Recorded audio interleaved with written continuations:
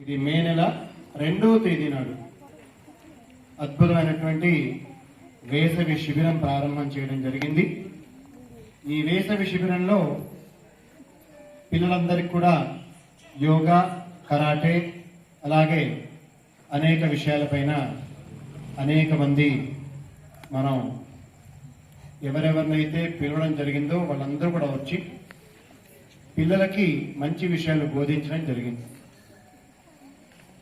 ఈ యొక్క కార్యక్రమం గ్రామ స్థాయిలో ఇది మొదటగా నిర్వహించడం జరిగింది. ఇక్కడి నుంచి ఇలాంటి విశేష కార్యక్రమాలు నిర్విఘ్నంగా నిరాఘాటంగా జరుగుతాయి ఈ వివేకానంద విద్యా పరిషత్ ట్రస్ట్ ద్వారా. ఈరోజు వీళ్ళందరికీ సర్టిఫికెట్ ఇవ్వడం జరిగింది.